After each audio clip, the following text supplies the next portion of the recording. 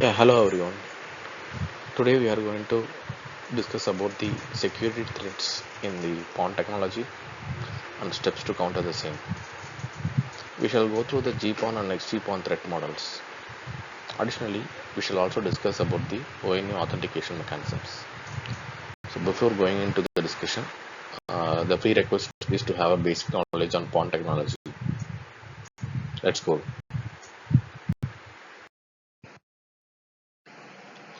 The downstream data is broadcast to all ONUs attached to the PON. So, a malicious user can replace the ONU or reprogram it to listen the data over the PON. Then it is a threat, and this threat to data is called the eavesdropping threat. As PON technology is highly directional, one ONU cannot observe the upstream traffic of the other. So these are the threats for the downstream and upstream traffic. Other more exotic threats are not considered here for the discussion, as it involves more expense for the attacker, or the attacker had to do the same in public space.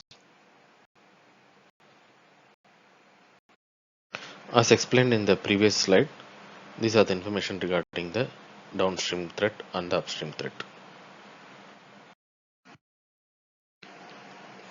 The main step is to counter the threat, and that is to encrypt the data over the PON traffic. So in PON technology, we use the advanced encryption standard 128-bit encryption to encrypt the data. We should also maintain that the key we use to encrypt and decrypt the data is unique and also private between the ONU and ONT. Now let's see the counter steps taken against the security threats with respect to GPON specs.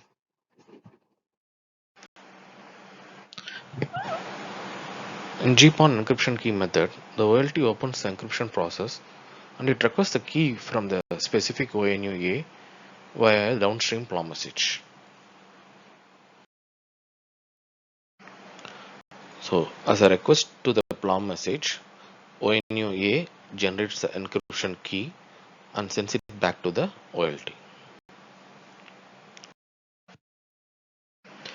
The OLT defines the key switching time and encryption port, and it notifies the ONU-A so that ONU-A can determine from which packet onwards the key is getting changed. In addition to this, GPON system periodically exchanges and updates the EA's keys. It actually improves the communication security because the key is going to change every now and then. The OLT initiates a key change request and ONU responds to the request, sends the new key to the OLT. Once the OLT receives the new key, it switches the keys and uses the new key to encrypt the data. But it makes sure it sends the ONU the frame number from which the new key is going to be used. So after receiving the frame number of the new key, the ONU switches the key in the corresponding data frame. That's how the encryption and decryption happens, and it's getting renewed for every change of keys. Now let's see the methods used in the XGPON spec. So either GPON or XGPON, the threat is going to be same. It's going to be either in the downstream data or the upstream data. We will be explaining the countermeasures taken in the XGPON spec to handle these threats. In addition to the encryption methods explained in the GPON spec, here in XGPON spec we use an additional authentication, and it can be either registration ID based authentication or secure mutual authentication. The registration ID based authentication is kind of one-way authentication where the authentication of ONU is done by OLT but not vice versa. The registration ID assigned to the subscriber level and it's also provisioned in the ONT. In case of secure mutual authentication, the authentication of ONU is done by OLT and the reverse is also done. But it requires a public shared key which has to be shared among the OLT and ONU. There are two different implementations in secure mutual open authentication. One is the OMC ITUT spec based, and next is the IEEE 802.1x based. Based authentication. The registration ID has to be assigned to a subscriber at the management level. Registration ID must be provisioned to the OLT and be communicated to the field person or the subscriber directly. There should be provisions to enter the ONU with the registration ID details. The field person or the subscriber in fact actually enter the registration ID into the ONU. OLT requests the registration ID from the ONU in following situations. It's either during the course of ONU activation or during the final handshake upon completion of a SMA procedure, or anytime throughout the ONU's activation cycle as its own discretion. If at the time of registration ID receipt from the ONU there is no SMA setup, then the master key computation and the derived shared key computation should be based on the reported registration ID. Perform the calculations of the MSK and the derived shared keys based on the registration ID. The ONU computes registration based MSK and derived shared keys upon power up. In case of no registration ID configured yet, it should use the default configuration registration ID and also should have the capability to change whenever the registration ID is input to the ONU.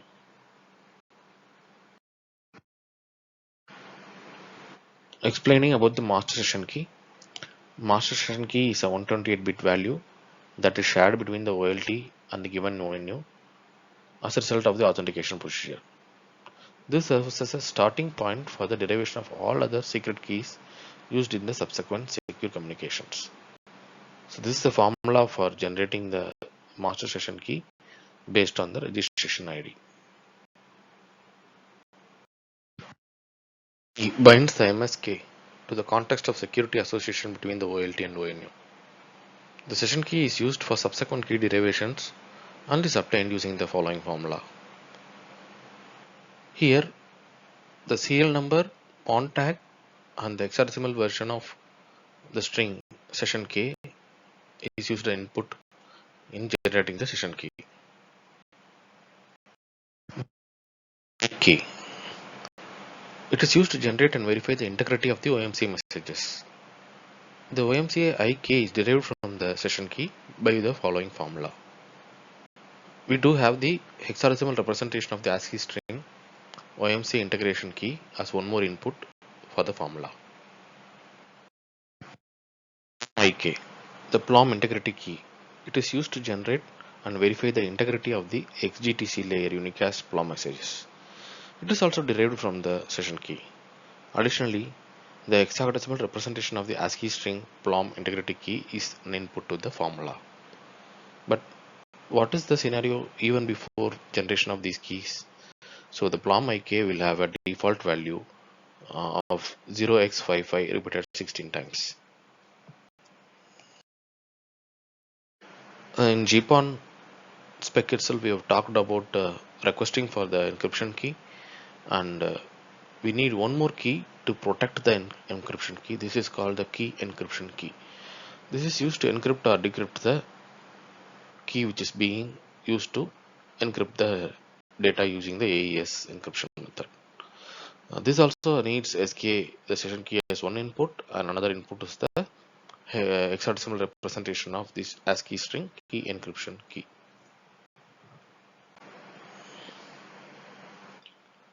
So this key can be requested by the OLT to the ONU.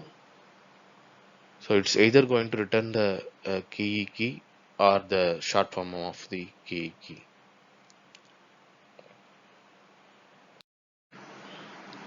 So this diagram clearly explains the old key validity and new key validity as and when a key control generate message is requested and from the OLT to ONU and its response is received. Similarly, a key control message with a confirm sent from OLT to ONU and response message is received. So if you go through the bars on the left and right side of the picture, you will know how long the old key is valid for the transmission and reception, as well as how long the new key is valid during the transmission and reception, both at the ONU and OLT side. Well, data. The data encryption keys are themselves transmitted between the OLT and ONU with one more encryption. So the key is encrypted using the ciphertext, and it also can be decrypted back. Fast encryption key control message is used, and for multicast encryption, it is OMCA method is used to write the broadcast key table attribute of the one of the ONUME. That is the OMEME related to the secure mutual authentication. In the previous slides, we talked about something called PLOM IK and OMC IK. Let's understand further about these things in the coming slides. Messaging channel, the sender identity verification and protection against a forgery is achieved by using the 8-byte message integrity check field of the PLOM message format. So how is this MIC is being calculated is using the ASA mechanism, where PLOM IK and the PLOM content are the actual inputs.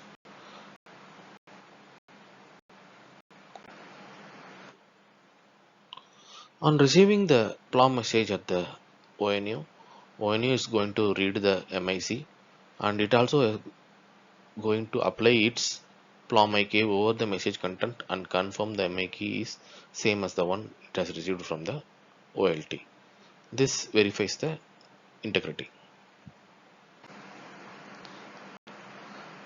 As PLOM channel, similar mechanism is followed in the OMCC channel, and the MIC is calculated as in the below formula. And the MIC, which is generated as part of the OMC message, is again re-verified at the ONU level. But what will happen when the encryption is not yet up into the system? So all the PLOM IK's default value is 0x55 repeated 16 times. So that is being initially used to set up all the PLOM messages, and once the MSK is established, further process starts. But we don't need a default key for the OMCA, because OMCA exchange takes place, nothing of OMCA messages takes place prior to any MSK establishment.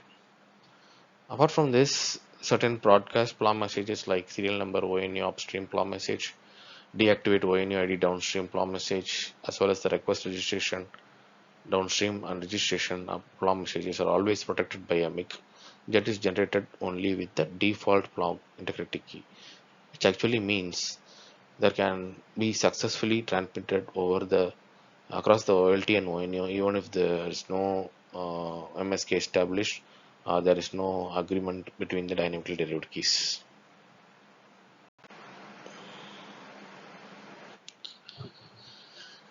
Key switching for the OMCA based secure mutual authentication. The authentication is implemented as a three-step symmetric key-based challenge response procedure in the OMC channel, followed by a PLOM handshake in the form of registration ID exchange. The OLT initiates the OMCA-based authentication at the discretion by writing the OLT random challenge attribute. From this point to the completion of the authentication procedure, the OLT refrains sending to the ONU any OMCA message unrelated to the authentication. The ONU generates a random challenge of its own, computes and computes a response to the OLT challenge and initiates the secure MSK and derived shared key calculation procedure. Once computed, the secure keys are stored for future use.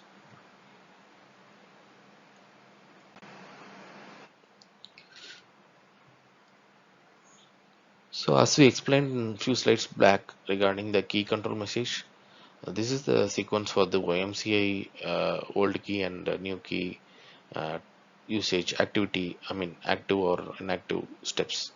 So these are the steps one by one, where OLT sends the data, sets the attribute, and ONU responds it back. Taking from step 1, OLT sets the crypto capabilities to the ONU and it also changes the challenge status table. ONU responds with an ABC where the random challenge table is completed and authentication result table is also completed. Once OLT receives all these things, it is going to do a get for the crypto capabilities and random challenge table and authentication table. Once it gets a response, OLT actually sends the OLT authentication result table, and it's a multiple message. Once all the messages are sent, OLT finally sends the result status is equal to true. After which ONU responds with an ONU authentication status. This means now ONU is ready with the MSK, and OLT requests the MSK by key name. Further, this procedure is the PLOM registration ID request exchange mechanism.